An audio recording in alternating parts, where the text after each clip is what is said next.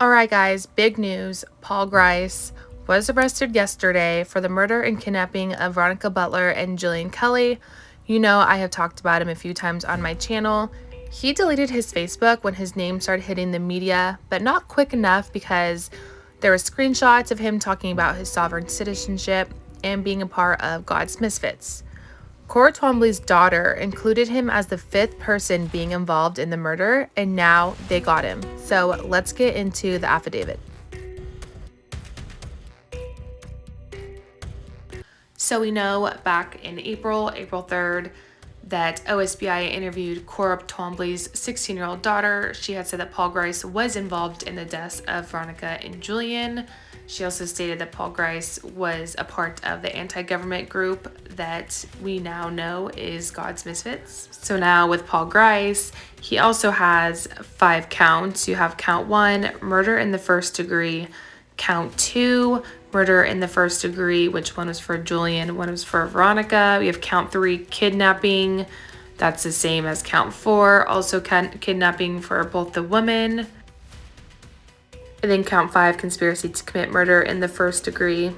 I want to hound in on this last line. On April 23rd, Grice was interviewed and admitted that he was part of the planning and killing of both Butler and Kelley, and also their burial.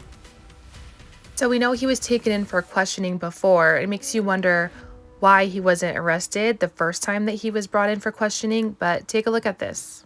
Far more clear with Paul Grice. Police say his confession, it is black and white, and it lines up with all the details that the Twombly's 16-year-old daughter told investigators weeks ago about the planning, about the murders, about the burial. She said Grice was a part of everything, start to finish. According to a friend of Paul Grice's, Paul was initially detained and questioned by investigators weeks and weeks ago, but for some reason, they let him go.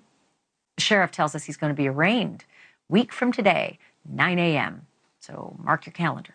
News Nation's senior national correspondent Brian Enton is back with me now. So talk to me about this confession, because we heard about Grandma Tifany's confession. It sounded more like we weren't sure. It was she indicated her responsibility. This is entirely different. Yeah, this was much, much clearer, Ashley. We know that investigators were out at Paul Grice's house yesterday, and he lives not very far from where the bodies were discovered, by the way. He rents a property right in that area. They went out to talk to him yesterday. What led them to actually go out again to talk to him, we don't know, but there was this confession, and I want to read it to you because it was much, much more specific and clear than what we saw with the recorded statement from Grandma Tifany. The confession reads, according to the affidavit, Grice was interviewed and admitted that he was a part of the planning and killing of both Butler and Kelley. Grice admitted that he participated in the killing of Butler and Kelley and their subsequent burial. So they are saying that not only was he connected to the planning, to the actual killing, but then also the burial. And you remember we were out in that area where the bodies were buried, 10 feet down. It's an area that Paul Grice knows well. Everybody knows each other in that area. And again, the land that he rents where he lives with his family is very, very close to that spot.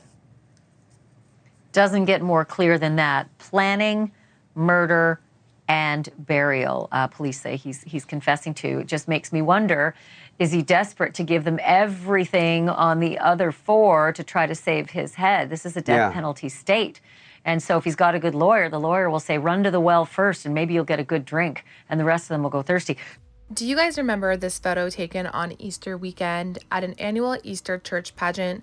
I talked about this in my What's Going On in Oklahoma video. A witness stated that they saw injuries to his hand. Now, I said to take it with a grain of salt because there was zero evidence to back this up, but after listening to this next clip I'm about to show, makes you wonder, was that statement credible?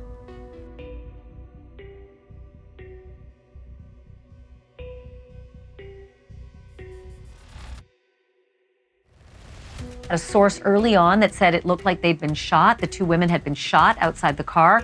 The medical examiner throws water on all of that.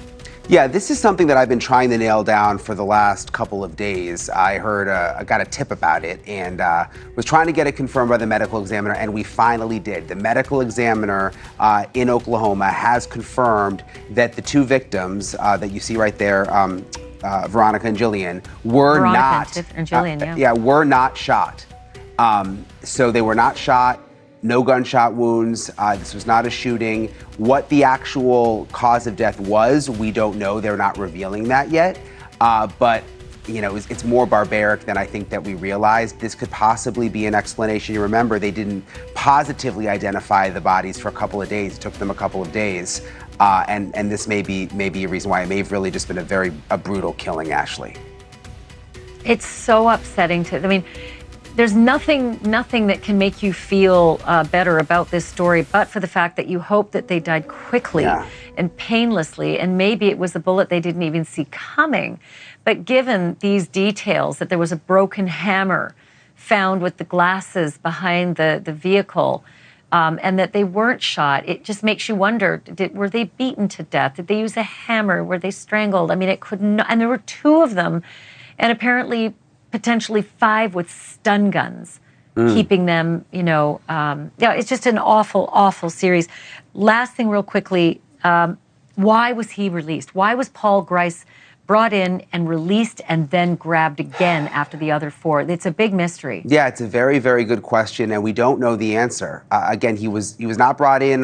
He didn't go in on his own the first time. He was brought in almost like he was going to be arrested. They did the interviews, and then they released him. What they've learned between then and now, we don't know. I will say I've been talking to locals on the ground there. Not totally shocked, obviously, by this arrest since he was in the affidavit to begin with, but a lot of sadness because he's got 3 kids too. And now they've got to sort all of that out. So the whole community is still very much torn apart over all this. I know some of that was really hard to hear, but now we know the women were not shot. The injuries to the hand seems like an accurate statement. We know Tad and Tifany are hiring hefty lawyers right now, but I want to leave you all with this question. Who is going to sing first? Do you think they prepared for this? Or is someone going to crack to try to take the death penalty off the table?